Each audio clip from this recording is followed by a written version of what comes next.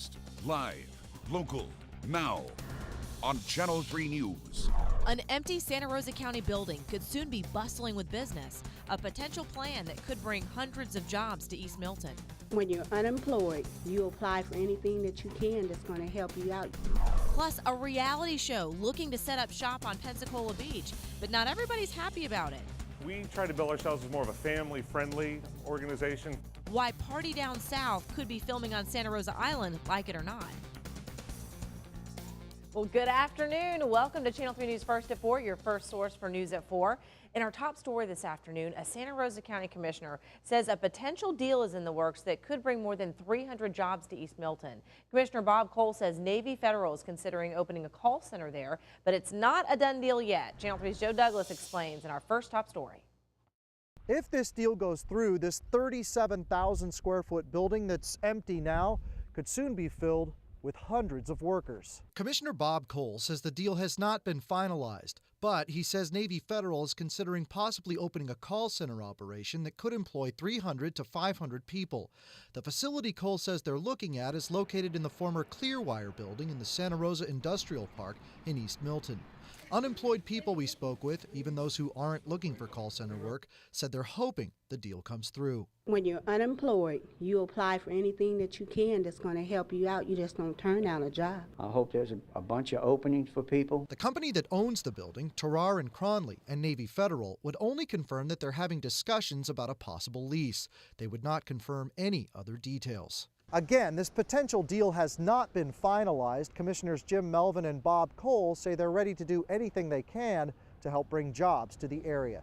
In Santa Rosa County, Joe Douglas, Channel 3 News. Today, the hearing continues into allegations of abuse at a Pensacola retirement home. That's our second top story this afternoon. The state is investigating complaints against Kipling Manor that the safety of residents may have been put at risk. Today, the assistant administrator of that retirement community, Elizabeth Dunn, took the stand. She explained that the home's owner, Beely Williams, was verbally abusive to some of the residents. Dunn also testified that staff falsified employee records and patients' medical records. She would make up write-ups, whether it be that morning that she was terminating him and backdate them, or just have falsification of write-ups. Dunn worked at Kipling Manor for about a year. If the state proves that people at the facility put residents' health and safety at risk, the facility may lose its operating license. We'll update you as this hearing continues. Arizona is the hot spot right now, the center of the latest uproar over gay rights. Can a business there refuse service to gay people? The governor has just days left to decide whether to sign that legislation into law. There's already fallout from major U.S. corporations and the NFL. ABC's Tamon Bradley has the latest on Arizona's decision in our third top story. An explosion of passion and mounting pressure as Arizona Governor Jan Brewer makes her decision. The conservative Republican is weighing whether to sign into law or veto a bill that would allow companies to discriminate against gays in the name of religious freedom. This is just wrong. What message are we sending? This is not about hate or bigotry of any sort, but rather for the protection of religious rights. Governor Brewer has until Saturday to make a decision. So far, she has not shown her hand. Overnight, Brewer tweeted, "I assure you, as always, I will do the right thing for the state of Arizona." It's a fiery debate. The homosexual community will say you need to be tolerant of our lifestyle, but that tolerance isn't reciprocated towards the religious community. It is discrimination couched behind the belief that I can hide behind my religious beliefs. The battle has gained national attention. Several major U.S. companies have said the law would be bad for business. Among them, Marriott Hotels, tech giant Apple, which has plans to open a 2,000-job high-tech plant in the state, and American Airlines. Former Republican presidential nominee Mitt Romney chimed in, tweeting, "Veto of SB 1062 is right."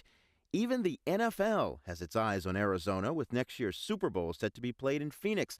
The league says its policies emphasize tolerance and inclusiveness. Brewer has vetoed similar bills in the past, and many national Republicans hope she does it again because they see this as a political loser.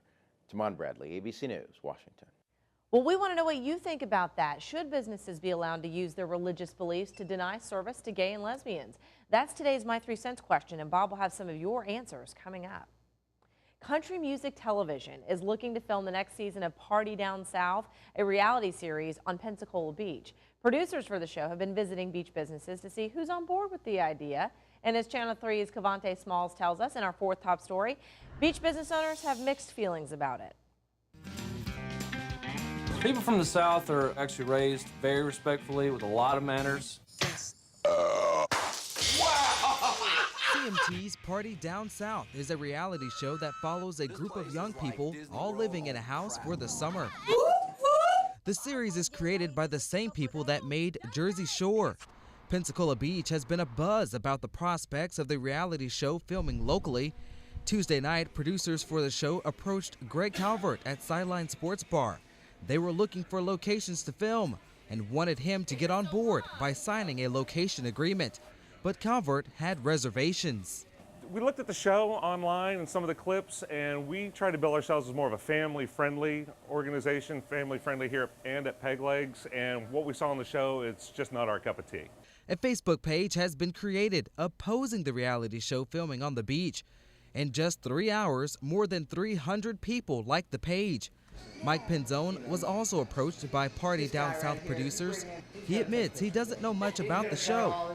He hasn't decided whether or not to allow the show to be filmed in his restaurant, but he stands by his family-friendly values, and that will ultimately influence his decision. You can't portray me as something that I'm not if I don't let you. You can't come and say that, you know, our beach is this, this, and this if we don't let you. The show does not need approval from the Island Authority to rent a house or film on the public beach. The show's producers were issued a film application for insurance purposes, and so far that application has not been returned. In Pensacola, Cavante Smalls, Channel 3 News. Sounds like they're testing the waters, feeling people out. I thought they were already filming it around here, you know? Well, there's probably lots of reality shows going on if you just look around and see. But yeah, nothing that's officially on the airwaves anyhow. Run them through the shaker, take them down to Floribama for a little while, you know? They don't want to hang out at Fort Pickens? Yeah. You know? Maybe do some little go track racing? I had never heard of the show. Were you No, familiar? I had never heard of it either. But I mean, I don't think you really have to hear of it, do you? It's not like these reality shows are, they're kind of cookie cutter, it seems like, in a lot of ways. There's a lot, yeah. What different kind of names, same craziness. Yeah, what kind of difference is really going to make? We'll see what happens. That'll be interesting, though. Exactly. Well, I'll tell you what else was crazy. We had some pretty, like you said, you called it. We had all that rain move through last night. You could hear the thunder rumblers coming and brought some cooler temps. Yeah, it was on time during the overnight hours as expected, and it kind of moved out for the afternoon hours. We've got just a small chance for any wet weather as we head through this evening. It's cloudy out there, as you can see from Niceville, and cold, too. Temperatures are in the 40s right now. Overnight, many areas could see a light freeze, so we're marking the overnight low at 32 degrees. Now, most of the places like Pensacola, looks like Gulf Breeze, Navarre, Fort Walton Beach, those areas will be above 32, but some inland areas a light freeze is possible. Keep that in mind. And then heading through the day tomorrow, the sunshine is back, a cool day with highs tomorrow in the 50s. More on that and the weekend ahead and the warm-up ahead coming up. All right, thanks, Alan. Well, coming up on First at 4, brutal winter weather. It's taking a toll on our roads, and as a result, your wallet, the cost of these pothole problems. And keeping kids safe, the free car seat safety checks happening right now. And Choose Your News, a baby born on a busy sidewalk, a couple finds buried treasure worth millions, or a dog on a joyride. Find out which of those stories won our Facebook poll when we come back. And remember, you can take Channel 3 News with you anywhere. Just log on to WEARTV.com on your mobile device and download that app. First, live, local. You're watching Channel 3 News First at 4 in high definition with Molly Barrows and Chief Meteorologist Alan Strum. Traffic Watch brought to you by Pensacola Honda. All right, thanks, Alan. You are looking live at I-10, I-110. Traffic moving along just fine right now. Car accidents, they are sadly the #1 killer of children 1 to 12 years old in the United States. A car seat or a booster seat can help protect them, but only if it's installed correctly. Channel 3 wants to make sure you and your children are safe, so we've teamed up with the Pensacola Fire Department and Sacred Heart Hospital for a free car seat safety check. Channel 3's Jim Carmack is there now at Pensacola Fire Station number 6. He joins us now live with more. Jim, what's going on? Hey Molly, yeah, as you mentioned, we are actually at Pensacola Fire Station number 6 on 9th Avenue. We're north of Cordova Mall. That was the original location where we were supposed to be set up today, but of course with all the rain that we saw earlier, we decided to move this indoors. So we are covered now inside with the fire trucks here, making some room. And here's why we're here. You mentioned it, we've got a car seat safety check. We're checking car seats and booster seats and that sort of thing to make sure that children all across the area are safe, and it's a very important thing to do. I want to introduce you to firefighter Gary Creel. We did this about 6 months or so ago, and it was hot and humid at the mall. Why are we here again doing it? You know, didn't we cover it all? Didn't we get it done last time? We did a lot last time. Last time I think we saw over 106 vehicles, and today we want to continue with that education. And so that's what we're here for, is to continue that education, let our community know that we care about them, and make sure that every child leaves safer than they arrive. What's the most important thing you look for when car seats come in to check for safety? There's various things that we look for. One of the things that we really want to look at is the expiration date. All seats have an expiration date, and most of them are of 6 years. So we've taken in several seats today that were expired. Does that surprise you, or is that pretty common? That's a common issue that we see, in addition to some other issues that we see on a regular basis. And we're going to be talking to you a little bit more throughout the day today. You've got some car seats that you want to show us that you've actually brought in to kind of give you an illustration of some of the conditions that some of these seats are in when you take them that are not safe. Aside from that, we are going to be here till 6 o'clock tonight. You can come by, get your car checked for free. Plan about half an hour. It's not going to be like a drive-through to come on through, but plan about a half an hour to let these guys check and make sure that you're doing everything properly to keep those kids safe. We'll be here throughout the evening. And again, we are on 9th Avenue in Pensacola at the fire station. Look for the big red trailer out front. Come on in and do it for free. Molly? All right. Thanks a lot, Jim. Well, it is time now to choose your news. And today our Facebook fans picked a story about 2 dogs who took their owner's pickup truck for a joyride. Nobody was hurt, but thanks to the 2 canines, traffic was backed up in their owner's truck. Boy, it took some damage. Morgan Downing explains how it all happened. When Tulsa Police and Fire got the call that this truck had crossed Riverside Drive and landed in the Arkansas River riverbank, first responders immediately assumed a person was driving. But this time, that was not the case. Apparently it was knocked out of gear by one of the dogs. Dogs we now know as Roscoe and Luna. They took their owner's truck for a drive down the top of this hill. 2 boys on skateboards seen the vehicle leave from in front of the residence, and they did try to catch up with it with no luck, and watched it cross Riverside and on down to the riverbank. This isn't the place Scott thought he'd be reuniting with his dogs. Got around to the front of the house where the truck was, and it's like not there. I was like, did I get towed? And I just thought, no, it didn't. But it sure did. It missed drivers on Riverside Drive and runners on the trail. Roscoe and Luna didn't have a scratch, but the truck sustained all the damage. Those crazy dogs. Well, still to come on First at 4, it could help prevent an incurable disease, but could it lead to designer babies? The FDA debate on genetic modification. And a deadly defect in small cars. General Motors now expanding their recall. Details coming up. Plus, your 3 cents. Do you think businesses should be allowed to use their religious beliefs to deny service to gays and lesbians? We want to know what you think about that. Log on to WEARTV.com right now and weigh in.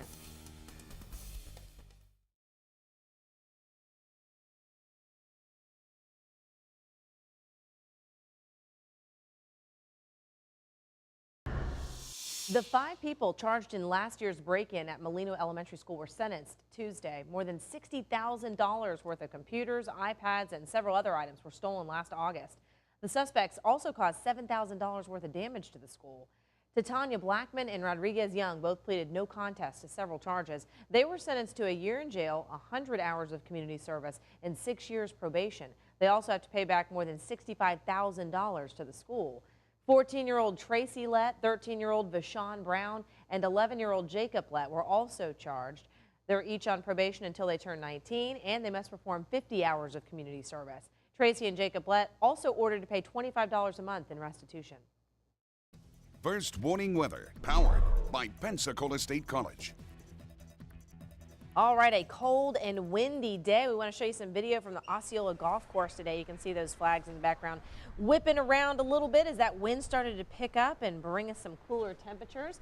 Chief photographer Marcus Morris, thanks to him for shooting this video for us. And Here's Chief Meteorologist Alan Strum joining us now. Yeah, and it's really windy along the beaches in those coastal areas. Yes. So you get there, and I mean, it's just too cold to stand outside with that wind blowing out of the north. Agreed. It is whipping around, especially when we come off such a pretty weekend. Feeling like spring again, and then suddenly burr. Yeah, but we're putting the cold weather during the weekdays. So this Better. weekend, you've got, yeah, I mean, good weekend last weekend.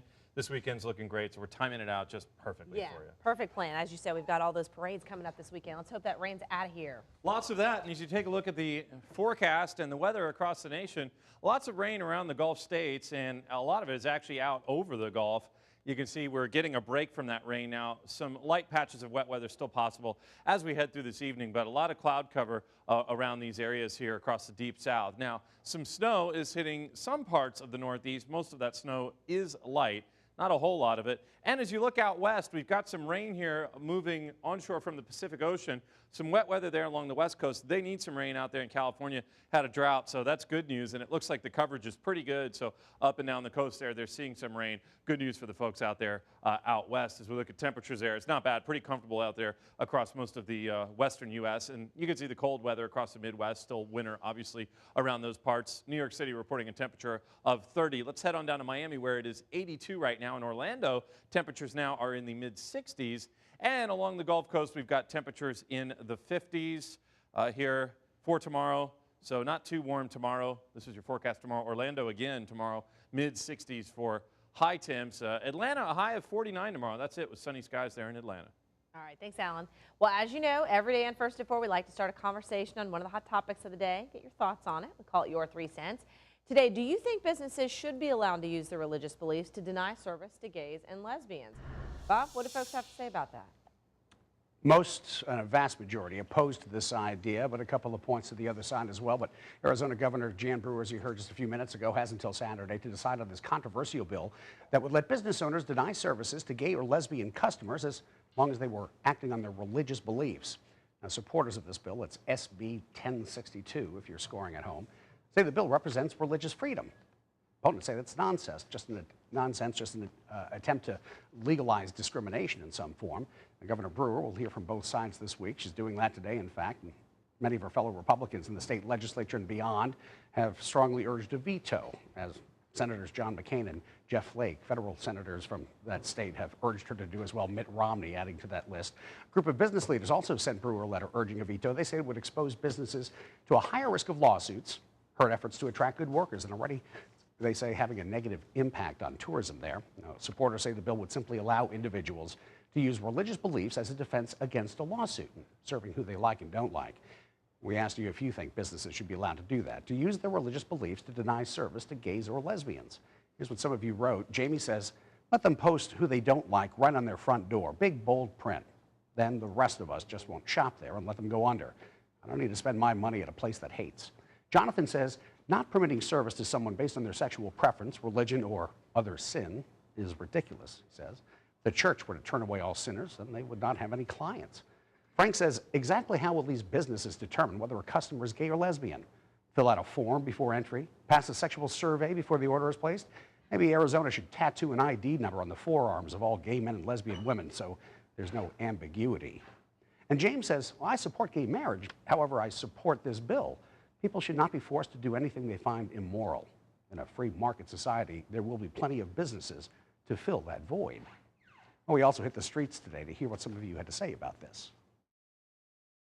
If I had strong feelings towards it, I don't think I should be forced to, to service those people. Religion and business should be separate for one thing, and it shouldn't matter what your sexual preference is. Gay and lesbian is something that we all have to live with, and if that's the way people want to act, I don't think they should be treated any differently. Just log on to WEARTV.com and share your thoughts or drop a comment on our Facebook page. And, of course, we'll have another topic for you tomorrow.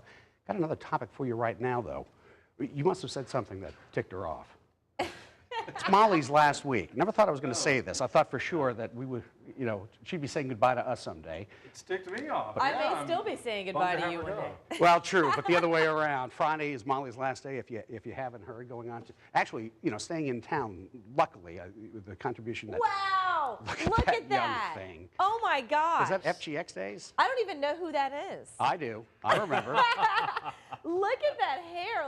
Look at that. That is just crazy. My. Look at Charles Bassett. That is so awesome. Wow, that was when we had the newsroom camera. I look like I'm 12.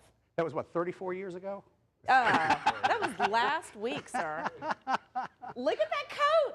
I think Marcel, remember Marcel? Marcel the photographer? He used to call me Silky the Pimp when I wore that. That's pretty funny. Well, yeah, been a while though. How long, Molly? It has been. It'll be 18 years this spring. Started out as an intern for the University of West Florida when I came here, working under Bob Solarski and Sue Strawn and some fantastic other journalists, and went on to work for WFGX for a year and a half, came over here, worked my way up the ladder, and now I have another opportunity, and that's to be a part of another exciting chance to do more in-depth journalism and also have a good schedule for my family, because that's really what it boils down to. It's a way to balance them both. And in right town. here. Absolutely, right here in Pensacola. That's going to happen right here. And I tell you what, this is where I learned to love journalism and learned to love all the parts of being on TV. Of course, the morning show days with Jared and Christian, I like to say that's when I learned how to really ad-lib a lot. I think that's a polite way of saying, you know, running off at the mouth. Yeah, we're putting you on the spot now with it, aren't we? Yeah, she's always had a tough time with that. I know. You know, on a serious note, in this business, a lot of turnover. You know, you're always seeing new faces on the news, and this is one of those stations that's been very lucky over the years to have a hometown girl whose mission was to do journalism in her hometown and has crushed it over the past 18 years. She's a pit bull. Behind that gorgeous little smile and that bobbing blonde hair is one of the most tenacious reporters you will ever find, and Area's been lucky to have her here for as long as we have. And of course, Pensacola will continue to have you, so it's not a community loss. It's ours. But I'm still convinced Alan said something stupid to make you leave. No, sadly, Bob, this is awkward. It was you, I think, that said something. That is more likely. No, I'm teasing. You guys are like family. There is no replacing you in my heart, in my life. It's not like you're ever going to get rid of me. I'm still going to be lurking around. I'm going to pop up when you least expect it, professionally as well as personally. Just let me know, I don't want you to get scared, but if you hear knocking at your window or at your fences, you'll know it's me. Like, there she is. She's investigating again. Why is she at my window at 2 o'clock in the morning? Well, nobody could own a story. You know, go from intern to, the morning show to FGX, and then when Molly didn't just do a story, she'd own it. And I can't count how many pretty good arguments we've had over the years on how exactly to say something or how something was to be researched, or you want a pit bull journalist, and that's it. And I'm very lucky the community is getting to keep you. So. Well, thank you. I appreciate that. And thank of course, you, Christian and Jared would say the same thing about the morning show after working all those years on the morning show with Molly. And I think we might be hearing from them a little bit later on in the week, because Molly's last day is going to be Friday. So we've got the next couple of days to say goodbye to Molly. So we hope you join us right here on Channel 3 News as we do say goodbye on TV on WEAR to Molly Barrows. I know. It's been a pleasure, Molly. No doubt about it. This is going to be tough. Well, thank you, Alan. I'm awfully glad that we're starting this now before I start to cry. All right, so more of this to come. Let's move on now to our congratulations now to our fan of the day, Karen DeWurst. She wins an entry to the Bayou Hills 10K 5K run on March 15th. And remember, for your chance to be our fan of the day, just click on the Connect 3 button on our Facebook page at facebook.com/WEARTV. Well, coming up in our second half hour, unexpected and expensive repairs, the pothole problems that are costing drivers.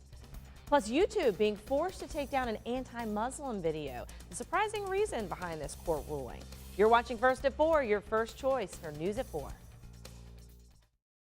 First, live, local, now, on Channel 3 News. Pothole problems. Pop a tire, you damage a rim, we're talking how much money for that? How much road conditions are costing you. Plus, a medical breakthrough that can wipe out incurable inherited diseases. The idea that you can make a fix before a baby's born so a couple can have a healthy baby is terrific. The concerns over genetic modification. And we're feeling the impact of a drought on the other side of the country. How California's wet weather may hurt your wallet. Welcome back to First at 4. Motorists will spend nearly $5 billion on car repairs from damage caused by potholes. Break that down, and the average driver shells out around $335 a year due to poor road conditions. And our roads are taking a beating this winter, with the bumps going all the way to our wallets. Will Kennedy has more in this Waste Watch report. You may want to be on the lookout because you might be about to hit another pothole. The brutal winter weather we've had and all this rain that continues is causing and resulting in potholes popping up on our roadways and highways all around the area. And these potholes, like this right here, can mean heavy damage for your vehicle and unexpected and costly repairs. And there's a lot of cost involved in these situations. Of course, the counties and cities have to come out and repair these potholes. That takes man hours and materials on your tax dollar. But for your vehicle, what happens when you hit a pothole and damage is done to your car? You've got to take it into the shop. We went to a local repair shop to find out what a bill like this could run you. You pop a tire, you damage a rim, we're talking how much money for that? Oh, some rims, to get the one to match the vehicle, you have to order it from the dealership. Some of them $300, $400, $500. If you damage a bearing? They got the cheap Charlie bearings that we try to sell the good ones, but the good ones can go like $300, $400, $500. And we're not even into spring yet, so spots like this are going to keep popping up all across the area, and they will require our attention. With your Waste Watch report, Will Kennedy, Channel 3 News. Well, the largest amount of rain in 2 years has started to fall in California, and the drought-stricken Golden State certainly needs it. It's all part of a series of storms that could also bring trouble in the form of mudslides. ABC's Brandy Hitt reports. California is getting ready for a super soaking. Obviously, we need the rain, so it's great to have the rain, but on the other hand, you have to deal with it. The welcome rain is bittersweet. For a state plagued by severe drought, every drop is needed.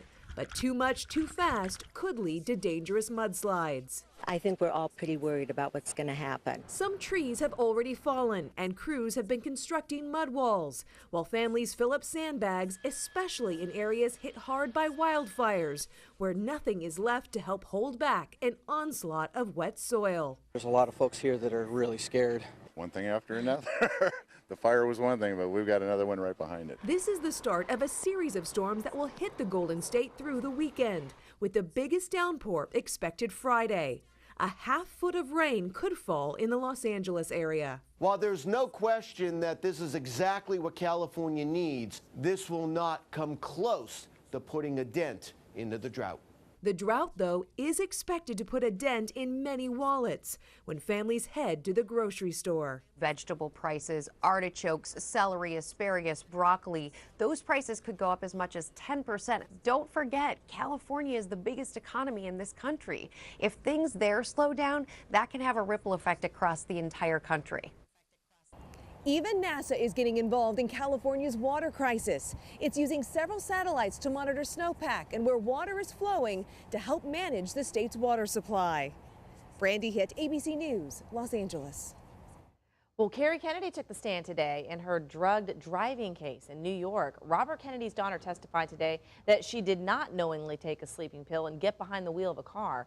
The 54-year-old told the jury she thought she'd taken her thyroid medication, but must have taken an Ambien by mistake. Her defense attorney showed the jurors a photograph of the two similar-looking pill bottles.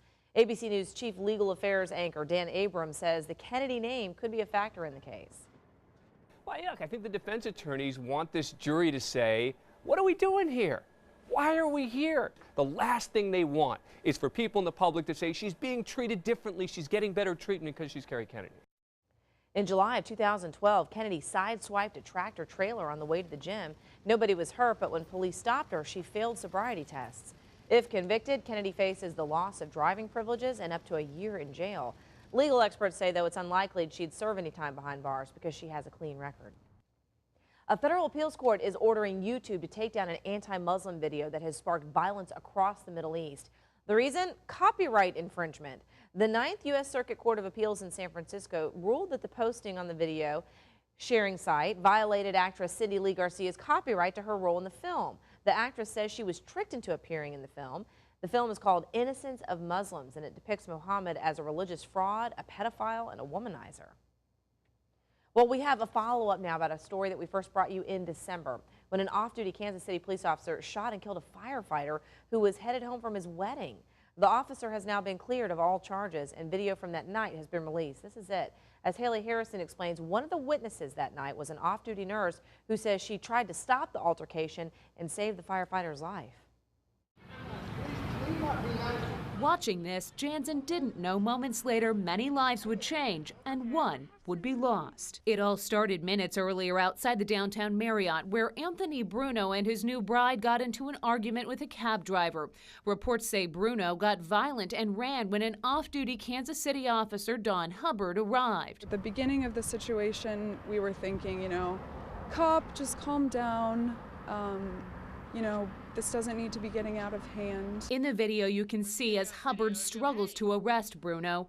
According to a newly released statement, Hubbard says at one point Bruno tells him, "You shouldn't have hit me." The tables kind of turned when he started to fight back, and you can't do that. Hey, don't fight the cop. Video shows as Bruno pins Hubbard to the concrete, repeatedly hitting him. Hubbard says, quote, "He continued to strike me and I started to lose consciousness and I believed the suspect was not going to stop hitting me until he killed me."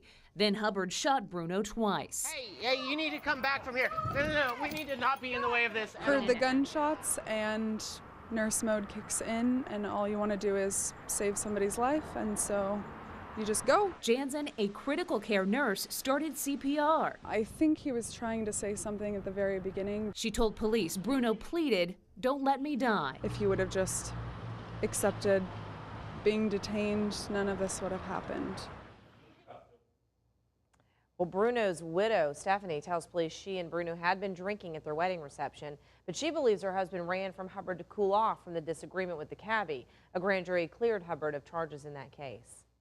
Well, what if you could pick out your child's eye color, facial features, even more? Well, up next, the growing concerns over genetically modified babies. Considering the controversial notion and the ramifications of genetically modified babies. The procedure is known as three-parent IVF because it takes DNA from 2 women and 1 man to create a healthy embryo. As Karen Travers explains, the process is raising many questions and concerns that it could be used to create designer babies. What if you could create a healthy embryo free of genetic mutations, but it would require DNA from 2 women? Medical breakthrough or slippery slope? Those are just a few of the questions the FDA is considering. Doctors could potentially wipe out a list of incurable inherited diseases using the DNA from 2 women and 1 man. The idea that you can make a fix before a baby's born so a couple can have a healthy baby is terrific. The procedure is sometimes known as three-parent IVF. It starts with the mother's egg. If there are problems with the mitochondrial DNA out here, doctors are able to lift the egg's nucleus with all the genes for height, weight, gender, eye color still intact, and move it to a donor egg, one that has healthy mitochondrial DNA. That genetically modified egg could be fertilized with the father's sperm in a lab. Then it's just like regular IVF. The embryo's implanted back in the mother. Researchers in Oregon tried this with monkeys, and it worked. They tried it with human eggs, but didn't take the final step of implanting them. The process is controversial, and doctors say there could be unforeseen risks. The idea that the change you make could lead to a birth defect you aren't aware of, or a problem in the next generation. How do you do the studies to even sort that out? And there are questions about whether this is a dangerous path to designer babies. Are you on your way to selecting characteristics in a baby, and do we really want to go there? This isn't really on the immediate horizon. Scientists told the FDA this week further experiments could take decades. Karen Travers, ABC News, Washington. Car accidents, they are the #1 killer of children ages 1 to 12 years old in the United States. The best way to keep that precious cargo safe is in a car or a booster seat that's installed correctly. Well, that's why we've teamed up with the Pensacola Fire Department and Sacred Heart Hospital for a free car seat safety check. Channel 3's Jim Carmack is at Pensacola Fire Station number 6, joining us now live with more. So, Jim, have they had a good turnout so far today?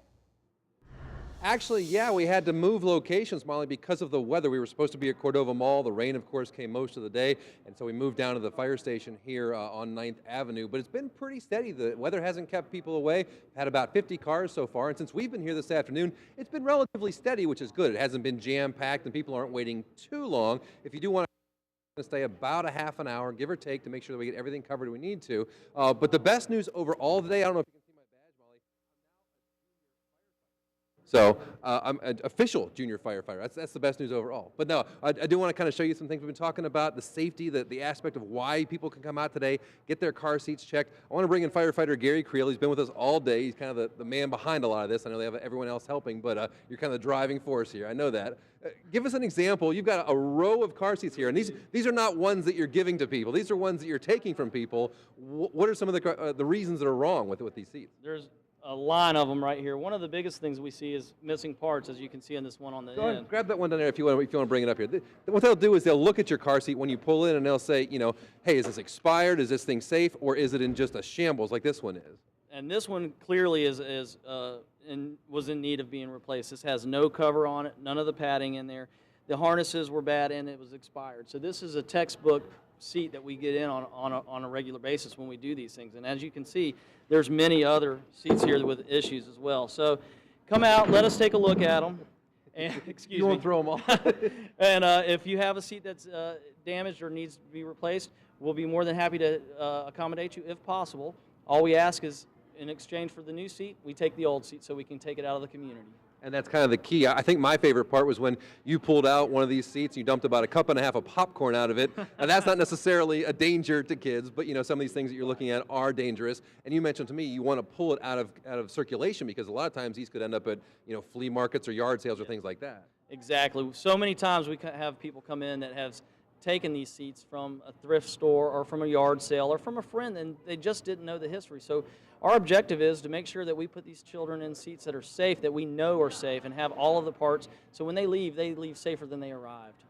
Awesome. Well, you guys will be here till 6 o'clock tonight running this check. It's free. Just takes a little bit of your time. It's good for new moms, moms again, grandparents, anyone who has a car seat. You just want to make sure it's installed properly. I've actually seen a couple cars come through and they've looked and said, great job. You guys are good to go, heading back out. But if there is a problem, an expired date, something like that, they will give you some help and do what you need to do to make sure that your child will be safe. So we'll be here till 6 o'clock tonight. For now, back to you guys in the studio. All right. Thanks, Jim. Well, up next, a deadly defect in their cars. General Motors expanding their recall to include more models. Stay with us.